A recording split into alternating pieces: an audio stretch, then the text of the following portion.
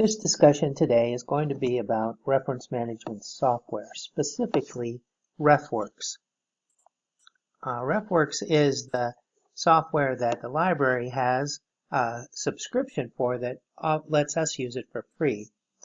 However, it does have little bugs in it for some people have trouble loading and using specific parts of it, particularly the Write and Cite application, which we'll talk about in a minute. In that case, there are also other options. For Firefox, there's an add-on called Zotero, and I've given you the link to that, and video tutorials. There's also an eWow version, which is also free, although it's somewhat limited, and the full version is $25, and there's a link to videos for showing you how to use that. There are also videos for the Refworks, and I have old Refworks video tutorials listed here because we want to use that version. There is a new version of Refworks out, but the library doesn't directly link to that yet. Hopefully they will soon, but they're working with the company to get some of the bugs worked out. So we're going to go with Refworks as our discussion point for today. So to get to Refworks, it's an online program. By the way, I happen to use EndNote. EndNote is not free, but it has some features that are pretty useful if you write a lot of papers. So the first thing we're going to do is go to PacificU website. And to get to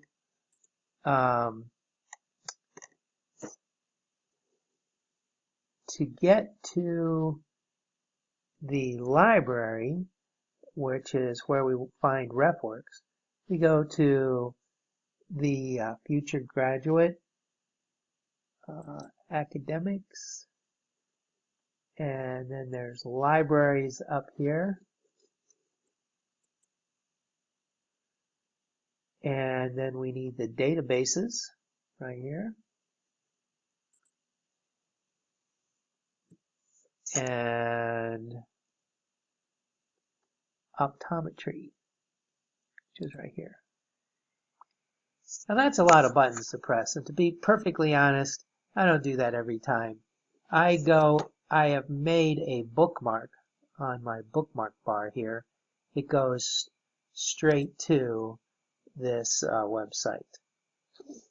Okay, so once we get to here, there are all the databases that can be used for this. There's also some library helper pages that people find useful.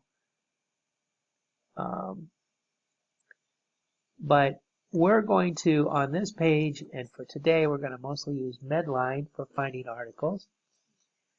But first, we're going to start with Refworks down here.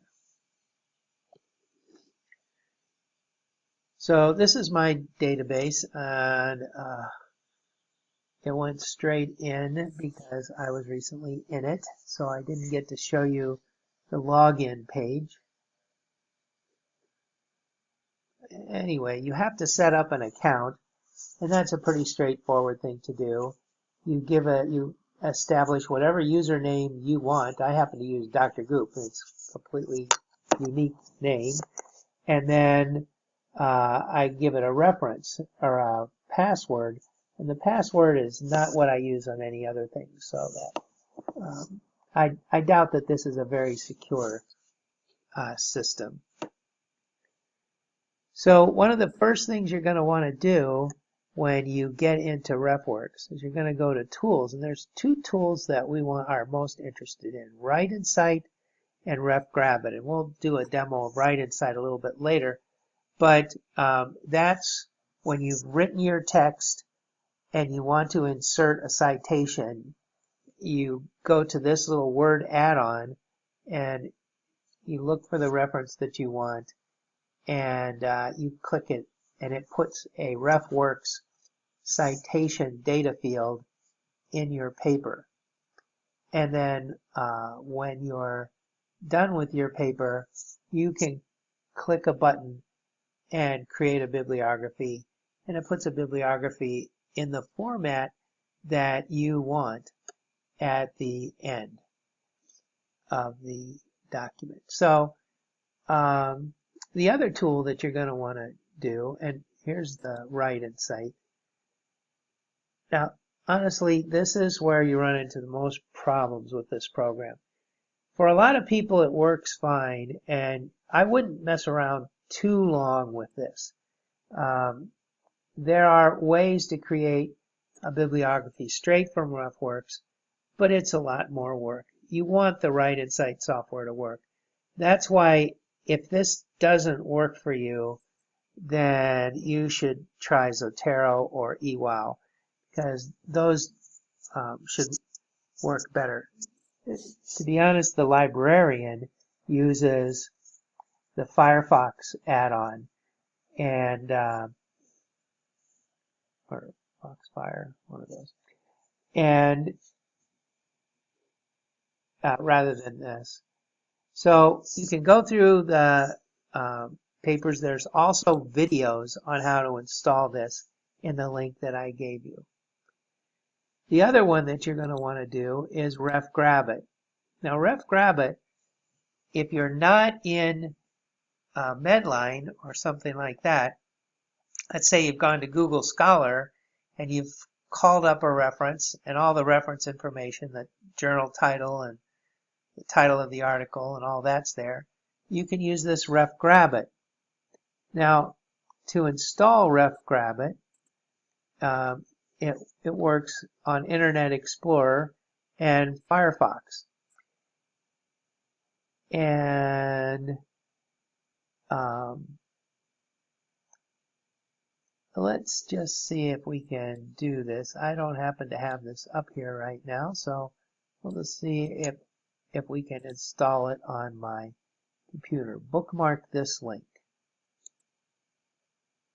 We're going to call it RefGrabIt, and we're going to put it in our bookmarks toolbar. And here it is. Look at that. Isn't that slick? Okay, let's hope it works. All right.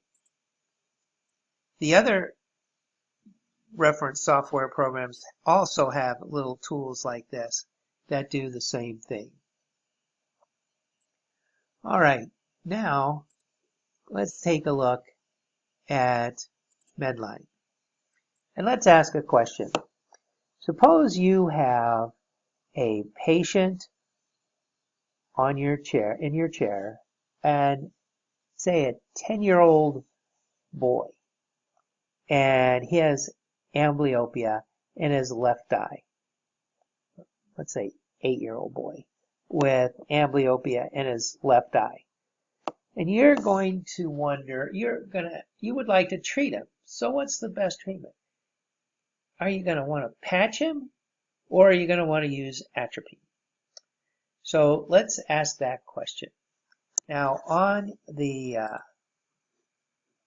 help sheet, tip sheet I gave you, we talk about PICO, Population Intervention Control Outcome.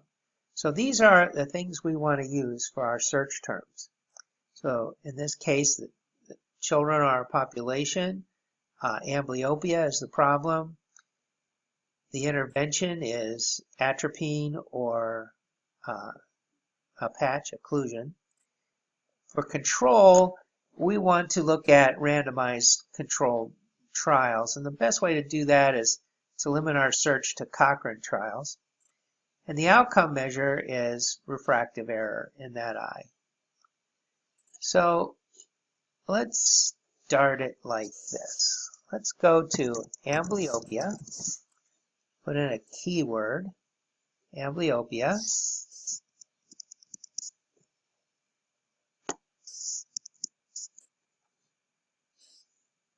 and let's limit it to topic reviews, Cochrane, and let's search. Now,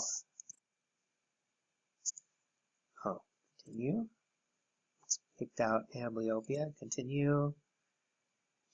Now there were 6,889 journal articles in the MEDLINE database about amblyopia. but there were only 42 limited to that are Cochrane trials. So that's going to be a good starting thing. Well, the other thing that we wanted to know is patches. So let's just look for occlusion. And there's all kinds of occlusion. We're just going to click on the keyword there. And the word occlusion occurs in these journals 167,000 times. Let's look for atropine.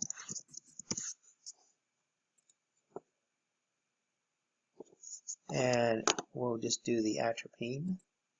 Continue, continue. And there's 27,000 references to atropine. And let's look, and now we want to combine those. So we'll look at atropine, occlusion, and the amblyopia topic reviews. We're going to connect those with an AND. And now we're down to 4 references that have atropine, occlusion, and randomized trials with amblyopia. And the results, we can click here, display the results, or we can just scroll down to where they start. And the first reference is conventional occlusion versus pharmacologic penalization. Let's look at the abstract.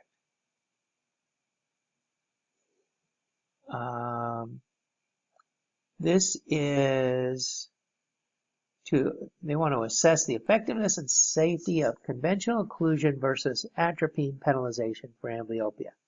Sounds like what we want. They searched the central database, the MEDLINE, MBase, LILACs, and WHO International Clinical Trials. And they did up to June of 2009.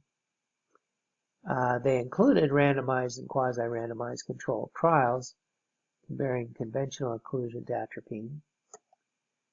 And they ended up coming up with the conclusion that there's not much difference. So we want to write up a little note about this. So let's click on this box because we want this article. Now let's see what else there is. Effective refractive. Maybe. It's that abstract. So this is a single study. And patients were randomly assigned to wear the patch. Either got 1% atropine or occlusion. So we could save this one, although really the strongest evidence is going to be in the meta-analysis. It's very likely that this trial was included in that one.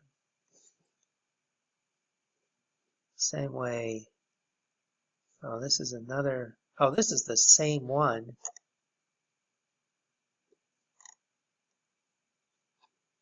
Lee Schotten, and so this isn't going to add us anything. And let's look at this one. The abstract is they just ran, this is a single study, also likely to be in the other. Now notice we've checked this one. We didn't check this one. We've checked this study number 2, and we've checked number 1. Now the idea is to get this into Refworks. So up here, let's export. And we want to export the complete reference. And we want to export it to Refworks. And, oh, it turned that off. Complete reference. Export the citations.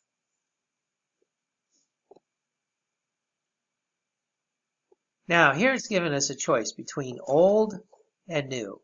Our account is with old, so we're going to pick this one.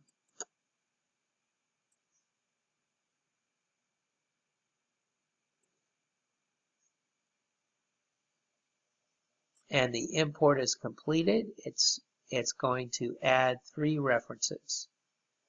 And so we could look and see if there were any duplicates. We can also view the last imported folder. Now here are the 3 references that we imported in.